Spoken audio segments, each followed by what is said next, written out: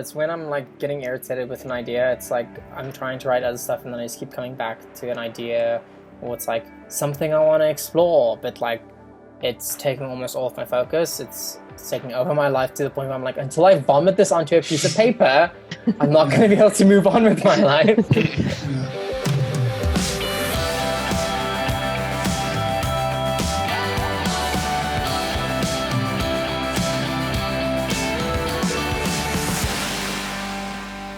Hey everybody, and welcome back to Department Spotlight, the show where we speak to our friends and colleagues about their experiences in the South African film industry, highlighting different departments.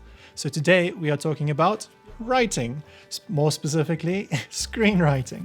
So we're joined by three amazing peers of ours, all amazing screenwriters in the South African industry in various forms and capacities, and they've all got amazing insights for you. So sit back and enjoy. Hello, I'm Nadia. I am a creative researcher for commercials and music videos. Hi, I'm Christian Grobla, and I'm a writer and director, sometimes producer and sometimes editor in the South African film industry. Hi, my name is Kaylin Rue. I'm a writer, director, and the co-founder of A Pictures.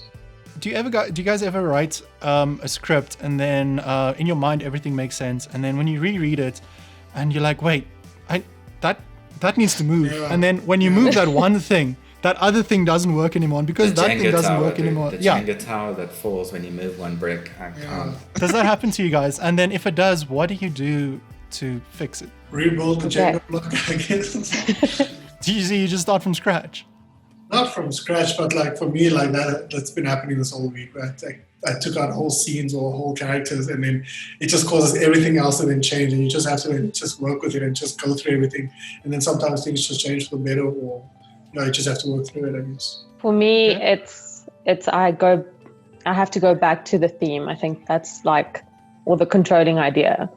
You know what I mean? Like the moment you change anything, no matter what you change, if you go back to, the core of what you're trying to say, what the idea is, and the characters as well, especially your hero, somehow you'll be able to fit things back into place or rework it better, you know what I mean?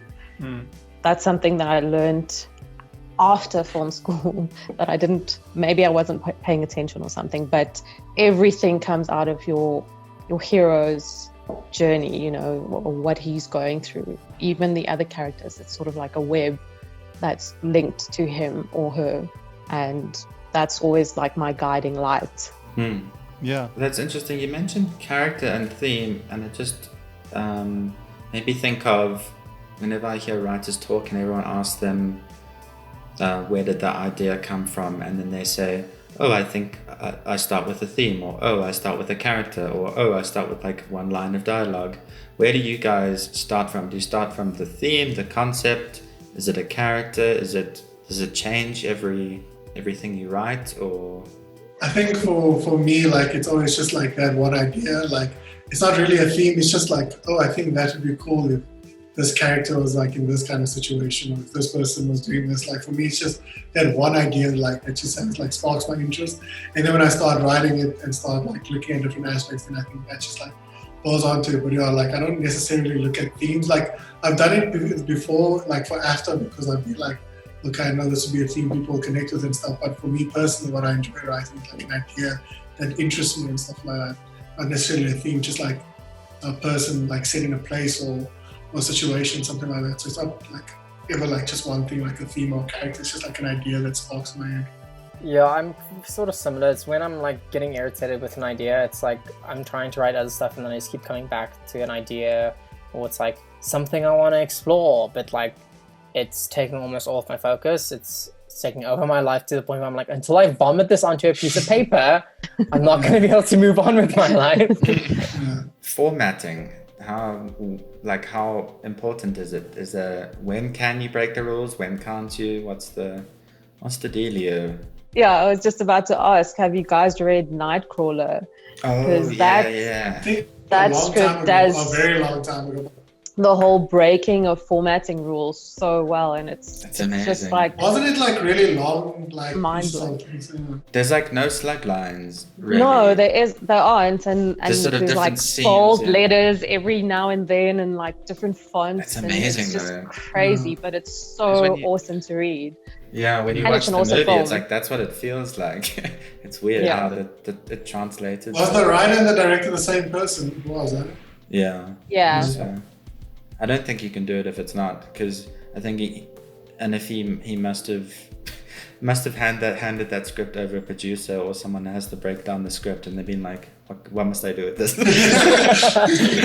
But I love that script so much, though. Like, well, that movie in general, just like the fact that writer said he never set out to make a character arc or anything. He wanted the characters to arc around this one person. I was like, that's such a cool way of looking at that. And like, it's so funny because I always feel like I have to make my character have a change or something. And he's like, nope, my character was Titanic, and the audience was like all these other smaller icebergs were breaking around him and stuff like that. So it's kind of interesting. But that's also a really great example of how, the director's vision and the formatting. Well, the formatting is used to portray what the vision is for the story, because it's just like when you see that script, you don't even have to read it, and you just know what it's going to look like. You can see it already.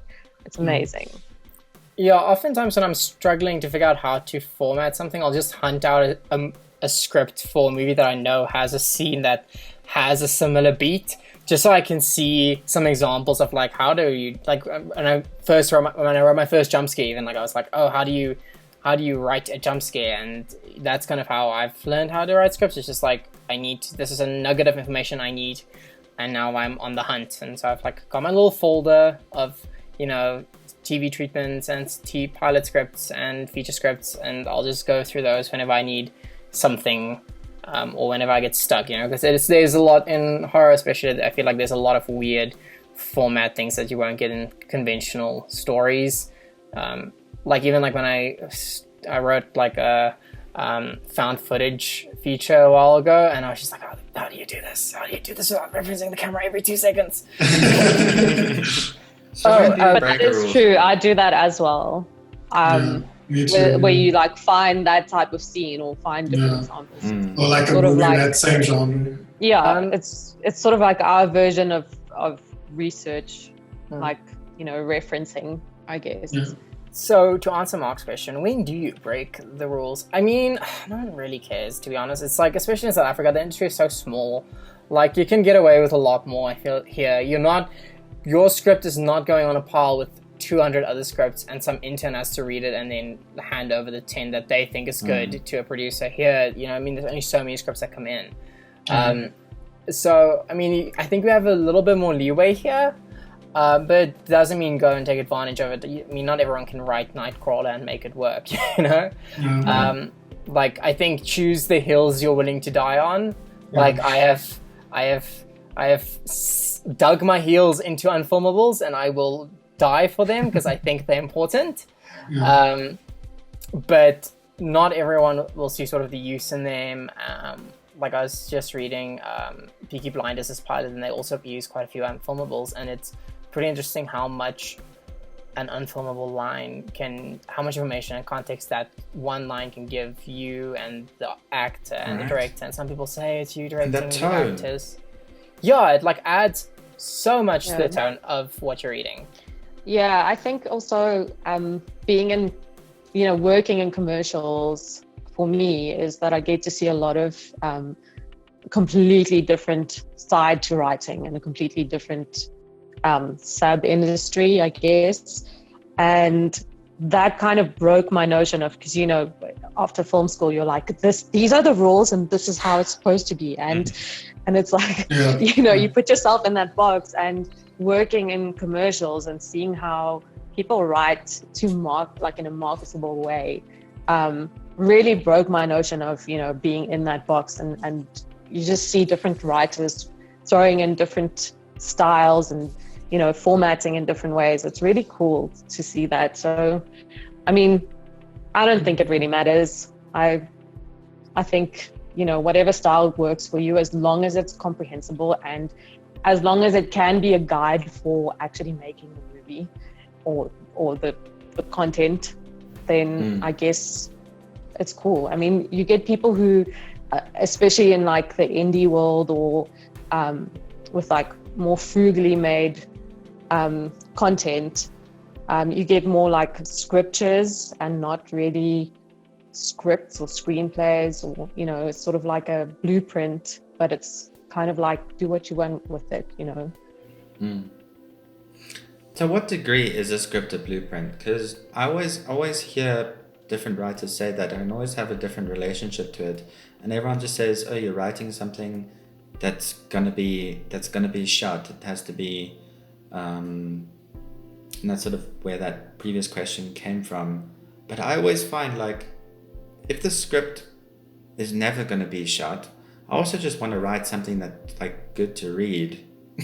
You know what I mean? As a thing, like if this thing doesn't have a life as a film, I still want to have a nice thing to read, like, because a lot of times the films don't get made, and then it's like this dead thing, and it's like, oh, I wrote a blueprint for a film that never got made, whereas I wrote like a script, something like a story, like something to read. Yeah, it's something that you can still appreciate even if it didn't get made. I think it kind of depends on the writer, because I feel like if you want it to become a movie, then the way you write it will feel like that. Because I was watching this thing of these writers actually talking, where they wrote a film and they're like, they don't care if the director ruins it or not because they just love the script. But I feel like it's different when you're going to direct it yourself. Then you kind of write it more with a kind of blueprint kind of thing. So I think it depends what your intentions are and like what your relationship is to that story, I guess.